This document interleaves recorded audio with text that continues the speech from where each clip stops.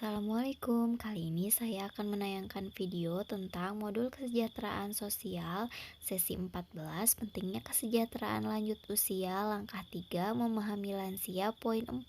Selamat menonton.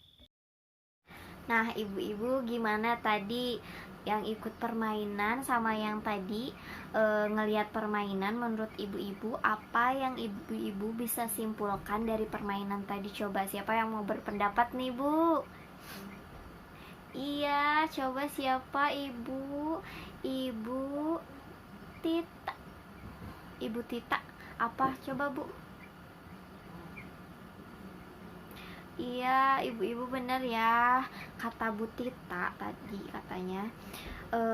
Kalau misalkan yang permainan tadi itu ibu-ibu kan diikat ya kakinya. Jadi ngerasa terbatas sih ibu-ibu mau gerak itu susah katanya gitu. Makasih ya Bu Tita. Sok sekarang siapa lagi Bu? Iya, coba Ibu Mariah. Ibu Mariah apa Bu Mariah? Iya, makasih Bu Marian. Ibu-ibu katanya, kata Bu Mariah tadi, kita tuh ngerasa tidak bebas katanya, terus sulit. Coba bayangin kalau misalkan kita atau misalkan yang dalam permainan itu adalah kita merasakan sebagai kita lansia. Jadi kita gerak pun susah ibu-ibu karena emang sudah terbatas oleh fisik kita yang menurun gitu, fisik lansia yang sudah menurun gitu ya ibu-ibu. Nah coba satu orang lagi nih Bu, siapa yang mau berpendapat Bu? Iya Bu, Ibu Rani. Coba apa Ibu Rani?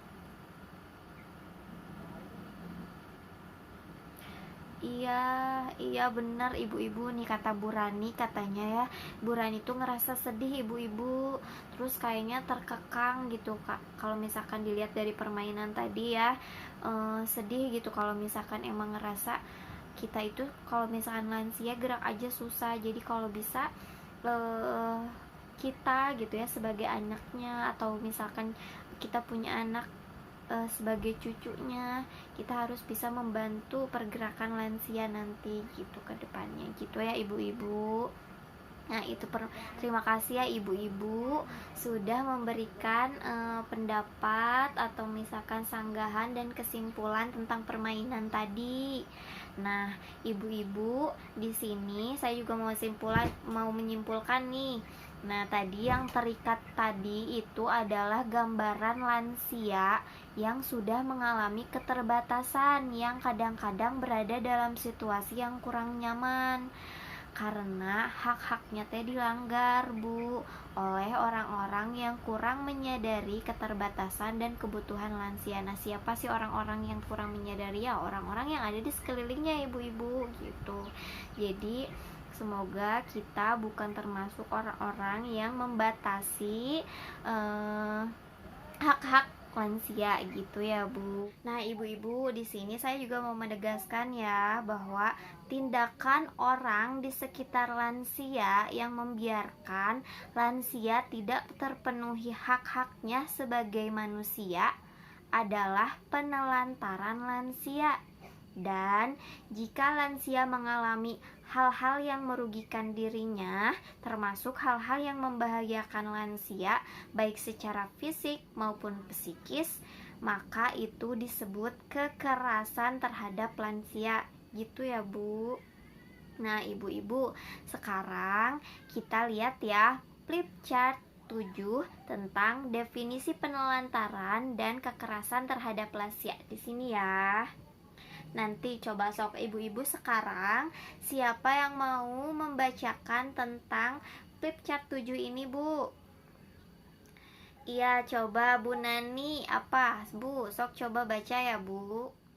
Makasih Bu Nani udah bacain flip chart tentang penelantaran lansia ya. Nah ibu-ibu, tadi Bu Nani udah bacain ya, sekarang saya mau jelasin sedikit nih. Penelantaran lansia adalah tindakan orang di sekitar lansia yang membiarkan lansia tidak terpenuhi hak-haknya sebagai manusia. Nah gitu ibu-ibu.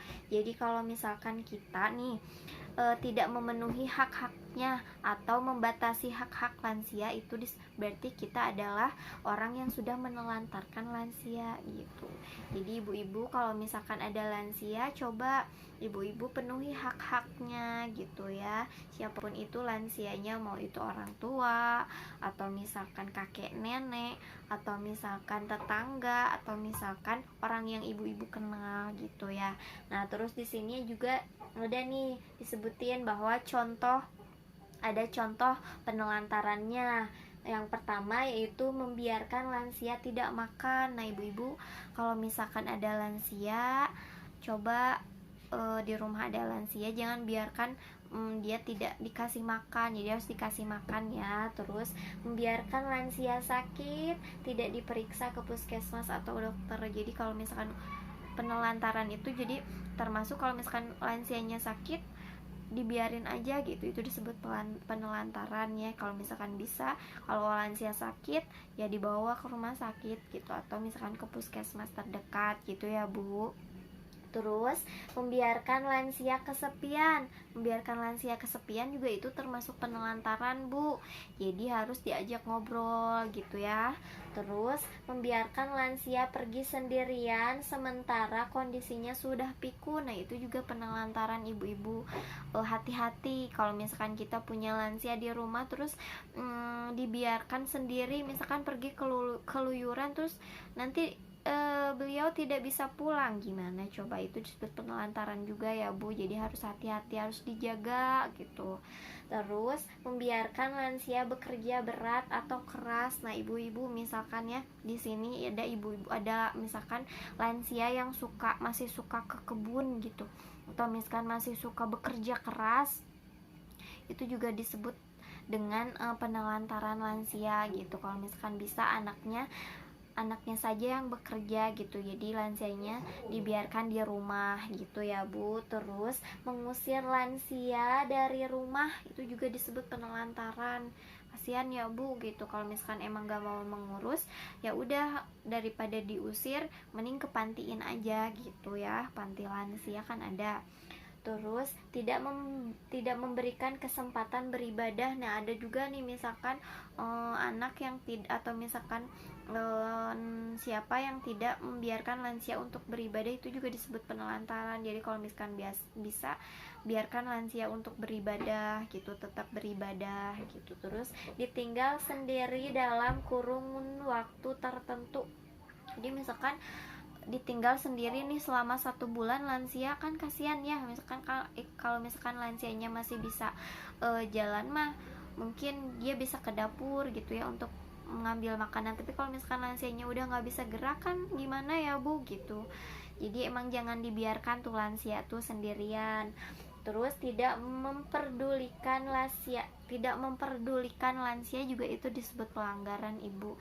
Jadi kita tuh harus perhatian, harus memperdulikan gitu sama lansia gitu ya Bu. Nah, itu flip chart tentang penelantaran lansia. Terima kasih Bu Nani yang udah membacakan, dan terima kasih ibu-ibu di sini juga yang sudah mendengarkan. Itu dia video yang bisa saya sampaikan kali ini. Terima kasih sudah mau menonton dari awal sampai modul terakhir ini. Mohon maaf bila banyak kesalahan. Wassalamualaikum warahmatullahi wabarakatuh.